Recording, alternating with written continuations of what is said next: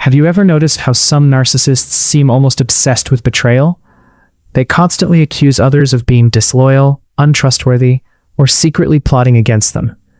But what if the betrayal they're talking about exists mostly in their own imagination? Psychologists sometimes refer to this as a narcissistic betrayal fantasy. It's a mental story where the narcissist believes they are the victim of betrayal, even when there is little or no evidence. Let's explore why this happens. A narcissist builds their identity around a carefully crafted image. They want to see themselves as special, superior, admired, and important. The problem is that reality rarely matches this fantasy.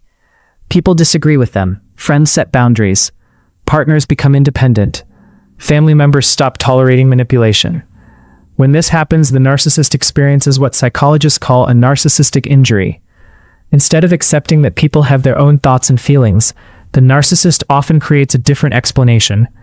In their mind, the other person didn't simply disagree. They betrayed them. Didn't answer a text quickly? Betrayal. Need some personal space? Betrayal. Refuse to obey their demands? Betrayal. The betrayal fantasy protects the narcissist from facing uncomfortable truths. If everyone who leaves is a traitor, then they never have to question their own behavior. This fantasy serves another purpose. It turns the narcissist into the victim. Victims receive sympathy. Victims avoid responsibility. Victims can justify anger and revenge. That is why some narcissists repeatedly tell dramatic stories about how everyone has wronged them. According to their version of events, they are always the innocent one. Former partners are evil. Friends are jealous. Family members are ungrateful. Coworkers are plotting against them. Notice the pattern? Everyone else becomes the villain. The narcissist becomes the misunderstood hero.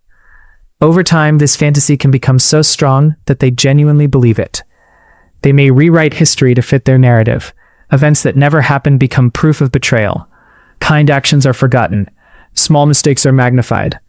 The story keeps changing until it supports the image they want to maintain. This is one reason why arguing with a narcissist can feel impossible. You are discussing facts. They are defending a fantasy. And when the fantasy is threatened, the reaction can be intense. Rage, silent treatment, smear campaigns, character assassination, all because the betrayal story is collapsing. For empaths and highly compassionate people, this can be confusing. You may spend years trying to prove your loyalty, trying to explain yourself, trying to convince them that you never intended to hurt them. But here's the difficult truth. You cannot reason someone out of a fantasy they need for emotional survival. The more evidence you provide, the more they may twist it to support their story. That's why recovery often begins when you stop defending yourself against false accusations. You realize that their narrative was never really about you. It was about protecting their fragile self-image.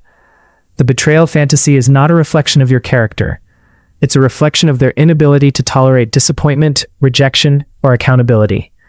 And once you understand that, something powerful happens. You stop chasing their approval. You stop trying to rewrite their story. And you start focusing on your own healing. Because the greatest freedom comes when you no longer need to defend yourself against a fantasy that was never yours to begin with. What if the narcissist's biggest betrayal story is actually a fantasy created to protect their ego? If this resonated with you, subscribe for more psychology insights on narcissism, trauma, healing, and emotional growth.